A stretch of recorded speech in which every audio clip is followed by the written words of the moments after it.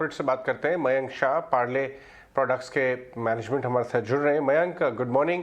ये एक unprecedented time है जब हम देख रहे हैं कि एग्री कमोडिटी प्राइसेस भी बढ़ रहे हैं, नॉर्मल कमोडिटी प्राइसेस भी बढ़ रहे हैं, इंडस्ट्रियल कमोडिटी। मुझे पता है ये बात कि आप तो काफ़ी लॉन्ग टर्म प्लानिंग और बाइंग करते हैं, लेकिन ये जो शॉर्ट टर्म स्पाइक आ रहा है वीट में, आपके और दूसरे इंग्रेडिएंट्स में, इनफैक्ट कॉस्ट्स में भी आ रहा होगा, उसको आप कैसे मैनेज कर रहे हैं? जैसे आपने बताया ये अनप्रेसिडेंटेड टाइम है, बहुत डिफिकल्ट टाइम है, क्योंकि जैसे आपने बोला अभी कि व्हीट या गेहूं में ही प्राइस हाइक नहीं हो रहा है। बाकी सारी कमोडिटीज है और इम्पोर्टेंट कमोडिटीज है, उनके भी अगर मैं प्राइसेस देखूं तो they are at all time high. Edible oil is another commodity जो कि काफी अगर मैं प्राइसेस देखूं तो काफी हाई है। पहले ही उसके प्राइसेस हाई थे, but with the war Ukraine और रशिया दोनों मेजर एक्सपोर्टर्स है व्हीट के as well as sunflower oil के। As a result of that ये दोनों ही कमोडिटी जो है उनके भाव आज बढ़ रहे हैं।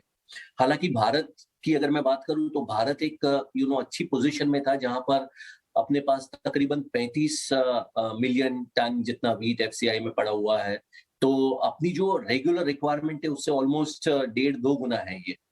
पर अगर निर्यात चालू हो रहा है इसका, अगर हम एक्सपोर्ट कर रहे हैं, जो इंपोर्टर्स यूक्रेन और रशिया से व्हीट खरीद रहे थे वो अगर हमसे खरीदना चालू किया और हमने एक्सपोर्ट चालू किया तो भाव बढ़ेंगे। और वो हम देख रहे हैं पिछले एक हफ्ते में जिस तरह से व्हीट के प्राइसेस इंक्रीज हुए हैं, वो बताता है कि एक्सपोर्ट्स का क्या इम्पैक्ट आएगा अगर हम एक्सपोर्ट कर रहे हैं।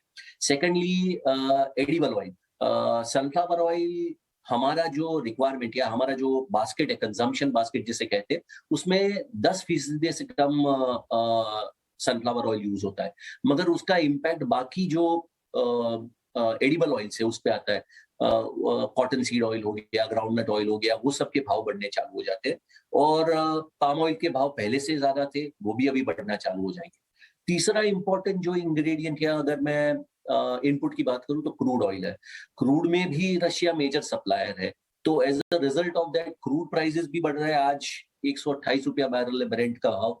तो अगर वो देखूं मैं तो पैकेजिंग कॉस्ट बढ़ेगी। ऑलरेडी बिफोर वॉर तकरीबन 35%, 30 से 35% पैकेजिंग कॉस्ट पिछले साल के मुकाबले बढ़ी हुई थी। अगर फर्दर क्रूड प्राइसेस इंक्रीज हो रहे थे और पैकेजिंग कॉस्ट इंक्रीज होगी, लॉजिस्टिक्स कॉस्ट इंक्रीज होगी। और क्रूड का एक डायरेक्ट रिलेशन पाम ऑयल के साथ भी है। पाम ऑयल का मेजर सप्लायर रशिया और इंडोनेशिया है, सॉरी मलेशिया और इंडोनेशिया है। और मलेशिया और इंडोनेशिया की जो अगर मैं बात करूं, उनकी नीति ऐसी है कि जब भी क्रूड के भाव ज्यादा होते हैं तो अपने वहां क्रूड में वो लोग बायोफ्यूल करके पाम ऑयल को ब्लेंड करते, तो वो ब्लेंडिंग परसेंटेज बढ़ा देंगे। उसकी वजह से पाम ऑयल के भी अगर मैं लेटेस्ट बात करूं तो तकरीबन 170 रुपया 180 रुपया स्पॉट प्राइसेस चल रहे हैं। तो edible oil plus crude oil plus गेहूं के भाव, ये सब मिलके, अगर मैं फूड्स की बात अगर कर रहा हूँ, प्रोसेस फूड की इंडिया में बात कर रहा हूँ या वो कैटेगरी की बात कर रहा हूँ, तो we are going to see a very high impact of increase in raw material cost and packing material cost. Morning Mayank, since आप खुद ही जब बात कर ही रहे हैं कि रॉ मटेरियल की कॉस्ट बढ़ गई है, पैकेजिंग कॉस्ट आपकी बढ़ी और ट्रांसपोर्टेशन कॉस्ट भी बढ़ेगी, तो ऐसे में क्या प्राइस हाइक एक्सपेक्ट करना चाहिए पार्ले से? प्राइस हाइक इनएविटेबल होगा, वो होगा ही। और उसके दो रीजन है। पहला रीजन ये है कि नॉर्मल केस में कंपनीज अवॉइड करती है प्राइस हाइक्स, और वो अपने पास जो थोड़ा बहुत क्वेश्चन या ये होता है अब्सॉर्ब कर लेती है। पर अगर मैं एक 15 दिन 1 महीने पहले तक की अगर बात कर रहा हूँ, बिफोर द वॉर स्टार्टेड, तो ऑलरेडी इन्फ्लेशन इतना ज्यादा था। और क्योंकि कंपनीज को they had to improve on their demand और improve on the demand of their products, तो उन्होंने एक रेजिस्ट किया था ऑलरेडी प्राइस हाइक देने का। और जब बहुत ज्यादा इन्फ्लेशन हो गया, जब ऑलरेडी प्राइसेस बहुत, इन्फ्लेशन वॉर से पहले भी काफी ज्यादा था, तो उस वक्त उन्होंने प्राइस हाइक्स हो सके वहां तक टाल के अब्सॉर्ब किया था इनपुट कॉस्ट का हाइक। फिर उन्होंने पिछले 1-1.5 साल में तकरीबन 2 प्राइस हाइक्स ली थी। और एक्सपेक्टेशन ये था कि अब यहाँ से ज्यादा और इन्फ्लेशन नहीं बढ़ेगा।